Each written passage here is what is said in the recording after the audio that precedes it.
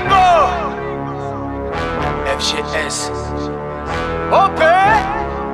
Yo mes humains, c'est OP, j'espère que vous allez bien. Bienvenue sur ma chaîne YouTube en ce samedi ensoleillé. On s'abonne à la chaîne si ce n'est toujours pas fait. La petite clochette à côté, on clique dessus pour les notifications, le référencement. On lâche son plus beau pouce bleu et on met son petit commentaire, très important.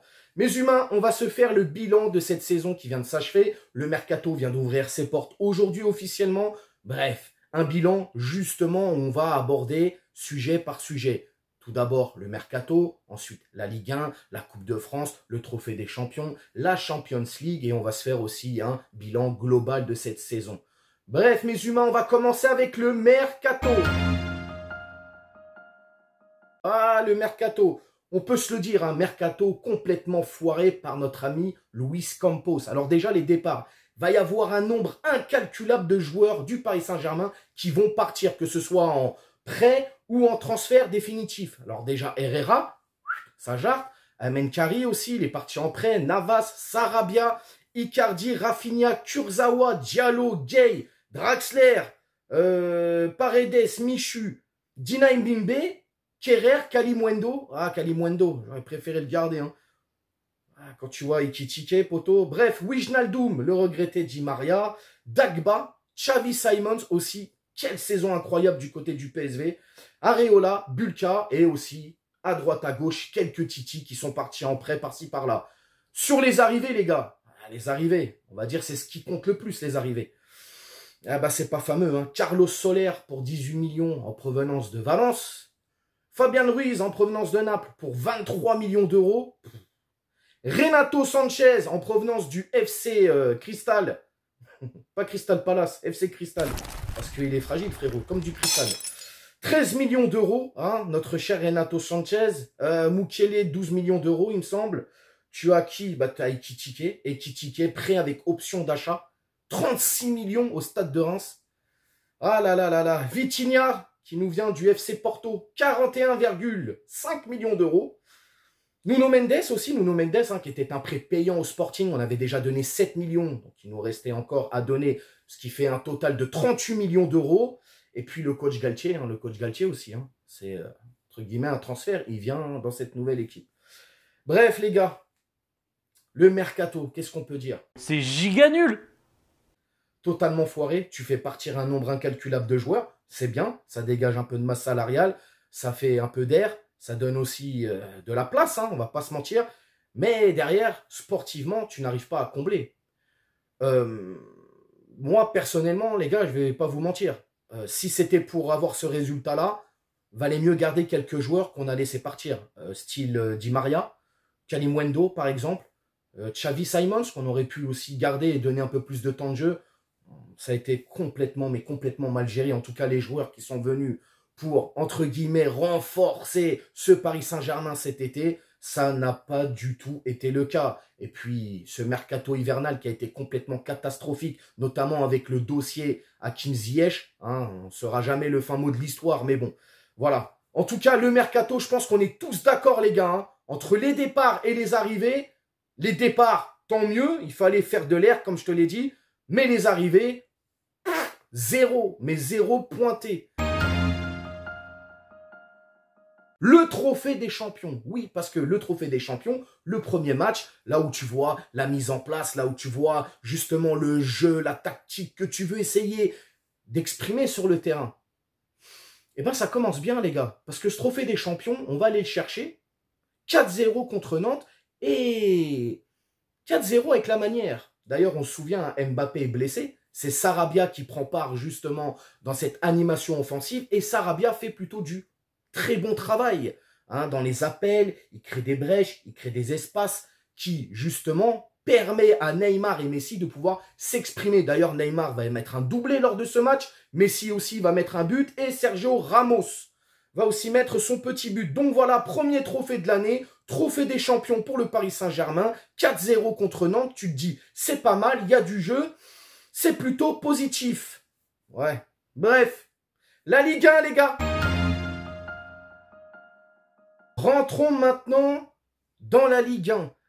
Tu finis premier, t'es champion, 85 points, un seul petit point d'avance face au RC Lens, qui eux sont à 84 points. Pour moi, c'est inadmissible, frérot. Donc tu fais 27 victoires, 4 nuls, 7 défaites. Tu mets 89 buts. Tu en encaisses 40. C'est énorme. C'est énorme. Et en plus, on a le taux de défaite le plus élevé sous l'ère Qatari.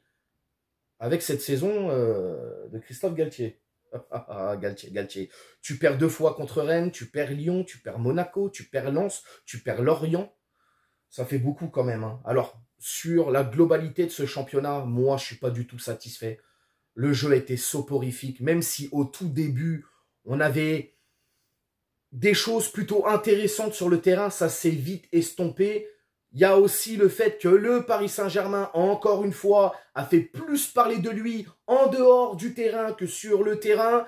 Il y a eu une incompétence à tous les étages dans ce club, ce qui fait que, voilà, même ce 11e titre historique, parce que c'est historique, a un arrière-goût de pisse, les gars. Tu vois, c'est amer et c'est dommage.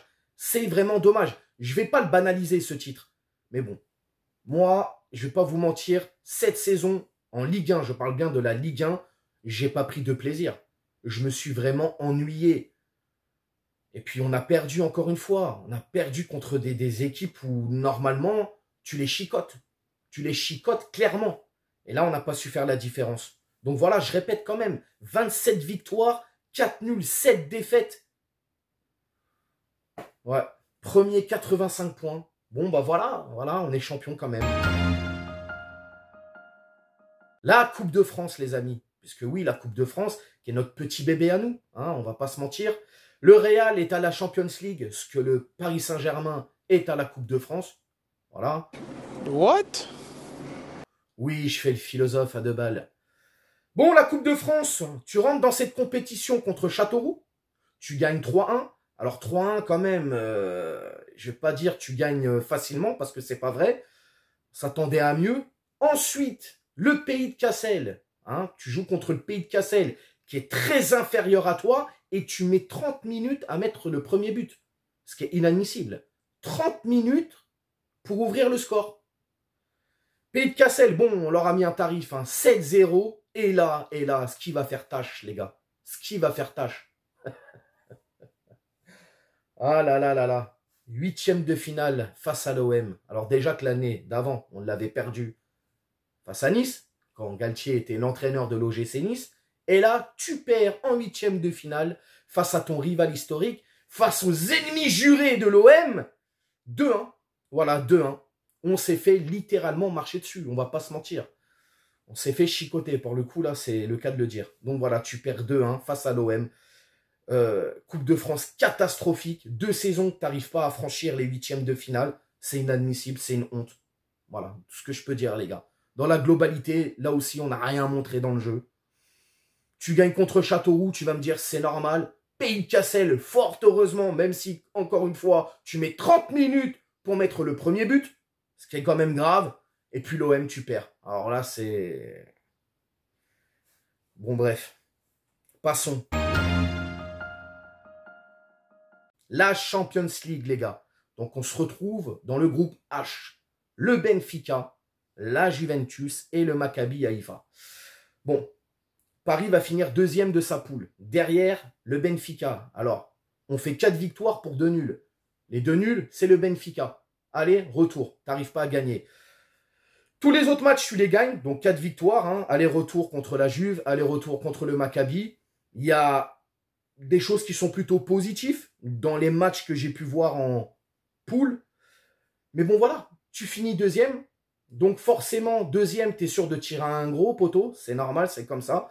Et là, direction les 8e de finale. Et en 8e de finale, on va se manger un Bayern Munich qui, pour moi, disons-le, hein, n'est pas un Bayern exceptionnel, n'est pas un gros Bayern de Munich. Et ils te mettent mal. Voilà, ils gagnent.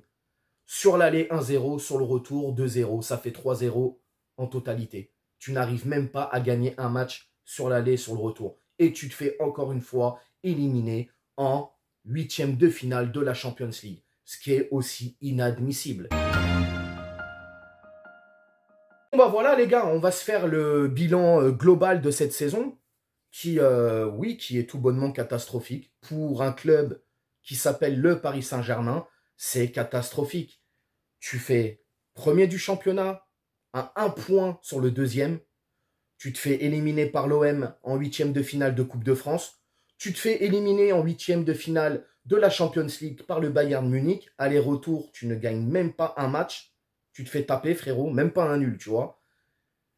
Et puis les transferts. Non, non, tout a été catastrophique. Tout a été catastrophique. Alors oui, tu as gagné le championnat, 11e titre. Ok, d'accord, c'est cool.